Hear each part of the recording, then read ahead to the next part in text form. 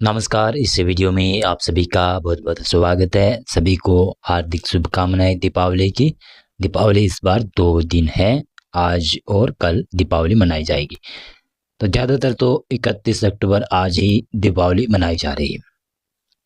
चलिए देखते हैं दीपावली के दिन कैसा मौसम रहने वाला है, और इसके बाद में बताने वाला हूँ कि एक बंगाल की खाड़ी में काफ़ी असमंजस बना हुआ है कि बड़ा सिस्टम उभर रहा है, ये पता भी नहीं चल रहा है क्योंकि लगातार वेदर मॉडल प्रेडिक्शन कर रहे हैं। यहाँ पर बड़ा सिस्टम बन रहा है और वेदर मॉडल है जो प्रेडिक्शन नहीं कर रहे हैं। कई प्रेडिक्शन कर रहे हैं लो प्रेशर एरिया बन रहा है, कई प्रेडिक्शन कर रहे हैं कि डिप्रेशन बन रहा है। ऐसे लगातार बना हुआ है, उसके बारे में भी चर्चा करूंगा। उत्तर भारत में आने वाला जो पश्चिमी विक्षोभ है उसके बारे में भी कुछ भागों पर मैं चर्चा करूंगा। तो देखिएगा, उत्तर भारत में अब आज विशेष तौर से दीपावली के दिन आज और कल मौसम मुख्यतः शुष्क रहेगा। कल कई जगहों पर गोवर्धन पूजा भी की जाएगी और उसकी भी आप सभी को हार्दिक शुभकामनाएं। देखिएगा तो गुजरात, मध्य प्रदेश, राजस्थान, पंजाब, हरियाणा, उत्तर प्रदेश, बिहार, इन इलाकों में मौसम शुष्क रहेगा। उत्तर भारत के पहाड़ी इलाके हैं वहां पर भी मौसम शुष्क रहेगा। लेकिन पूर्वोत्तर राज्यों में मौसम शुष्क नहीं रहेगा, यहाँ पर बरसात की गतिविधियां रहेगी। पश्चिमी बंगाल, उड़ीसा, दक्षिणी छत्तीसगढ़, इन इलाकों में बरसात रहेगी। विदर्भ के दक्षिणी इलाके हैं वहाँ पर, मराठवाड़ा के दक्षिणी इलाके हैं वहाँ पर, मध्य महाराष्ट्र और कोंकण गोवा के दक्षिणी इलाकों से लेकर केरल, तमिलनाडु, कर्नाटक, रायलसीमा, आंध्र प्रदेश, यहाँ पर बरसात आज काफ़ी जगहों पर रहेगी 31 अक्टूबर और 1 नवंबर को। देखिएगा तो 1 नवंबर कई भागों पर दीपावली मनाई जाएगी। तो 1 नवंबर को कई जगहों पर, जब 31 अक्टूबर को दीपावली मनाने के बाद में दूसरे दिन गोवर्धन पूजा की जाएगी। तो असमंजस बना हुआ है ऐसा कई भागों पर। तो 31 अक्टूबर को दीपावली है तो 1 नवंबर को गोवर्धन पूजा है कई भागों पर। 1 नवंबर को दीपावली है तो 2 नवंबर को गोवर्धन पूजा है। देखिएगा तो मौसम की मैं बात कर रहा हूँ तो ये है 1 नवंबर का प्रेडिक्शन। तो उत्तर भारत में यहाँ पर मौसम मुख्यतः शुष्क रहने वाला है। कोई ज़्यादा बड़ा सिस्टम नहीं है, वेदर इफेक्ट नहीं करेगा, लेकिन प्रदूषण तो जरूर रहेगा। प्रदूषण के बारे में मैं पहले वीडियो में चर्चा कर चुका हूँ। गुजरात, मध्य प्रदेश और छत्तीसगढ़ का उत्तरी इलाका, उड़ीसा के उत्तरी इलाके, बिहार, झारखंड, पश्चिम बंगाल, यहाँ पर भी मौसम शुष्क रहेगा। दक्षिणी भारत में बरसात रहेगी। महाराष्ट्र से दक्षिणी इलाकों से लेकर केरल तक और तमिलनाडु, पुडुचेरी और तक बरसात की संभावना अच्छी खासी बनी रहेगी। अंडमान और निकोबार द्वीपों में धीरे धीरे बरसात बढ़ेगी। 2 नवंबर कई भागों पर 2 नवंबर को गोवर्धन पूजा है तो उसके भी आप सभी को हार्दिक शुभकामनाएं। उत्तर पश्चिमी भारत के क्षेत्र है वहाँ पर पहाड़ी इलाकों में, मैदानों में, और गुजरात, मध्य प्रदेश में और छत्तीसगढ़ का उत्तरी इलाका, उड़ीसा के उत्तरी मध्य इलाके हैं वहाँ पर, बिहार, झारखंड का इलाका है वहाँ पर मौसम शुष्क रहेगा। पश्चिमी बंगाल में मौसम शुष्क रहेगा। लेकिन 2 नवंबर को यहाँ पर बंगाल की खाड़ी में धीरे धीरे सर्कुलेशन विकसित होना शुरू हो जाएगा, ऐसा लग रहा है। और दक्षिणी भारत में तो लगातार भारी से मध्यम दर्जे की बरसात रहने ही वाली है।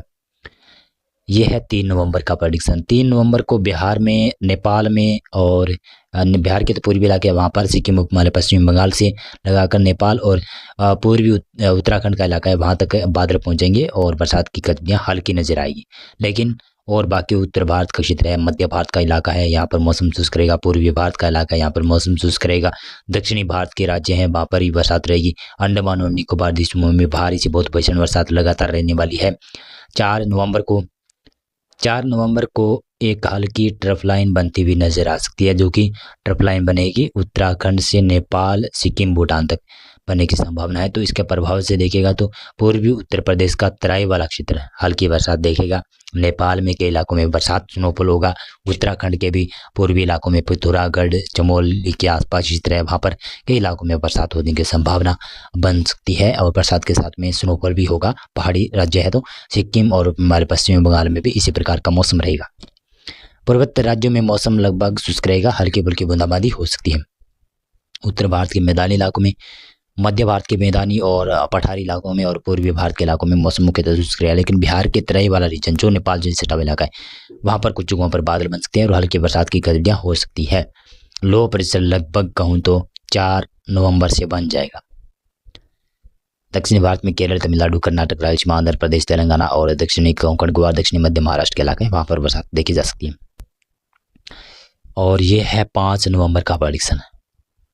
5 नवंबर को देखिए तो लगभग उत्तरी भारत हो गया, मध्य भारत हो गया, पूर्वी भारत भी शुष्क दिखाई दे रहा है और दक्षिणी भारत में केवल केरल, तमिलनाडु, कर्नाटक, राजस्थान, आंध्र प्रदेश इन इलाकों में बरसात दिखाई दे रही है।